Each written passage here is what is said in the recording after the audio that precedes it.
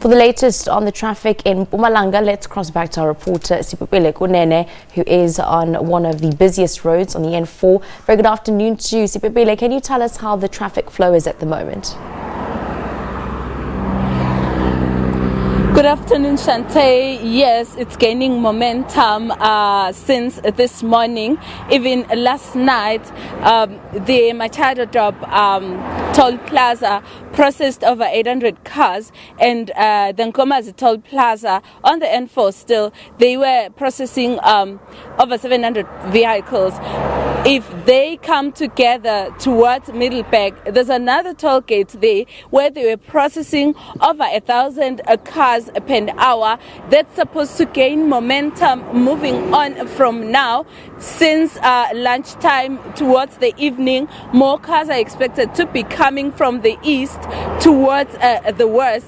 People are going back to their workplaces and home. But with me here is Mweti Musi. We were hoping to talk to the MEC again, but we have Mweti from the Department of Community Safety, Security and Liaison. Just briefly tell us, Musi, what's the latest on the ground?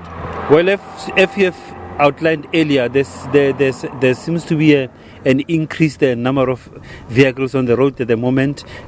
Other toll plazas are recording up to as high as 1,000 vehicles per hour on average. Roads such as R573, Muloto Road, they were recording about 900 vehicles per hour on average. And then we've got our port of entries. Lebombo port of entry is experiencing a huge traffic there. There are anticipated delays, but the officials of Home Affairs are doing the best that they can to ensure that everybody who passes through, they are speedily processed and come through.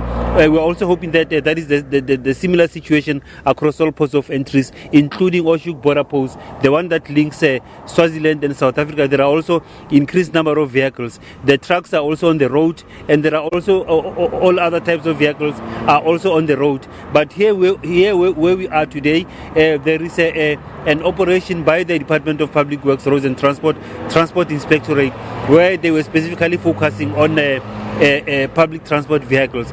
There has been a number of vehicles that have been impounded by the authorities due to the fact that the vehicles are not roadworthy. Another thing is that some of the drivers who were found here, who were found not to have valid permits, they've got public driver permits which had expired. Such officials were dealt with.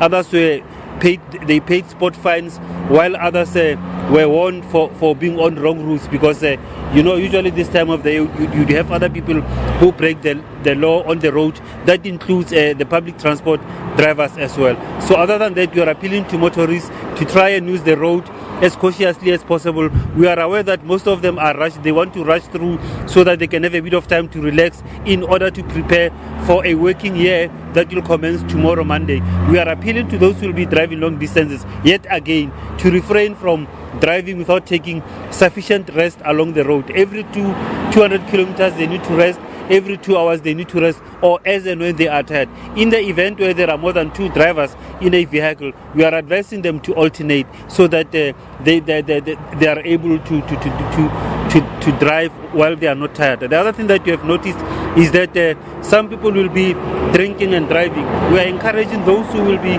taken to the road to avoid taking any alcohol or intoxicating substances, because so far in the province, our traffic officers have nabbed about 158 drivers who were caught while driving while they were under the influence. We want to discourage people from doing that, because that also contributes to unnecessary road crashes.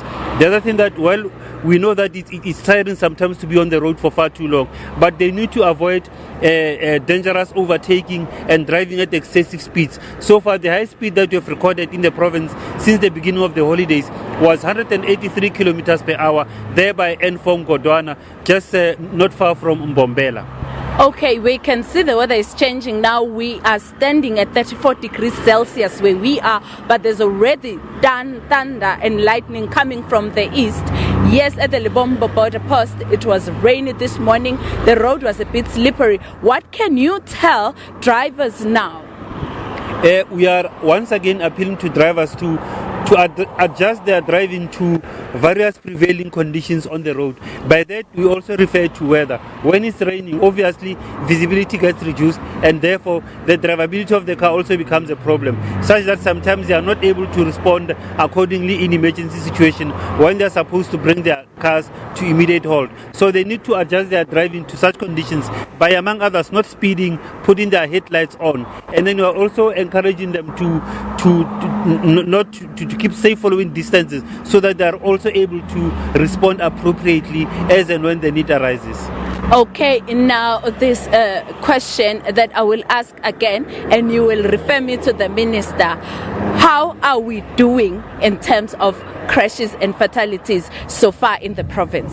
Well, by tomorrow this time we'll be saying the worst would have been over, in a context that says most of the people would have returned to work on Monday. So we believe that, there are lots of traffic volumes on our road. This time last year, the minister is still going to speak to those numbers, but we are much better as compared to this time last year. Although we'll always say that one loss of life on the road is one too many. So, but then it's promising. We can only build on some of these successes that you have made, because you remember, among other things that may have contributed is the ongoing increased cooperation between all law enforcement officers on our road. That includes National Traffic Police as well as the South African Police Services and the traffic officers from the municipalities. That has also played a major hand, and the law enforcement visibility has also played a major hand. So we'll take lessons out of this.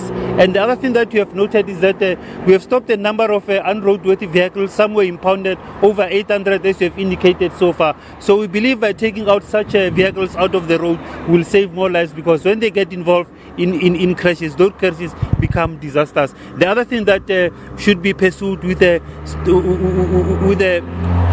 more vigor is the punishing of those who are found guilty of traffic offences, because we believe when we accordingly punish those who break our rules day in, day and night, we'll be sending out messages to other road users that we are intolerant of reckless and negligent driving, because many of our people have lost their lives on the road. It's something, so such drivers must be accordingly punished. That's what we are saying.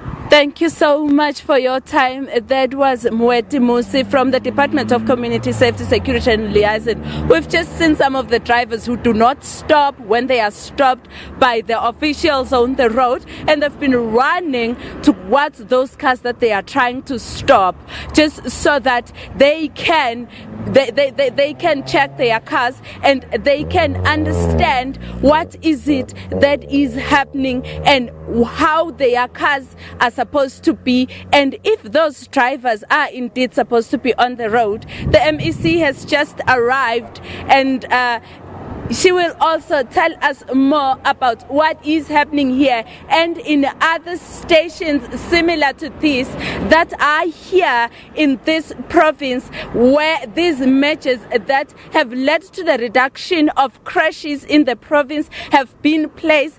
This is Miss Kapsile Shabalala, who is an MEC for Community Safety, Security and Liaison in the province. She will be telling us exactly how they have worked with the SAPS, Home Affairs, Customs and everyone else around the security cluster. MEC, just briefly tell us, what mechanisms did you put in place with the other members of the security cluster in the province to make sure that you have a reduction in terms of crashes? Obviously, it's their law enforcement. They know what is called for them.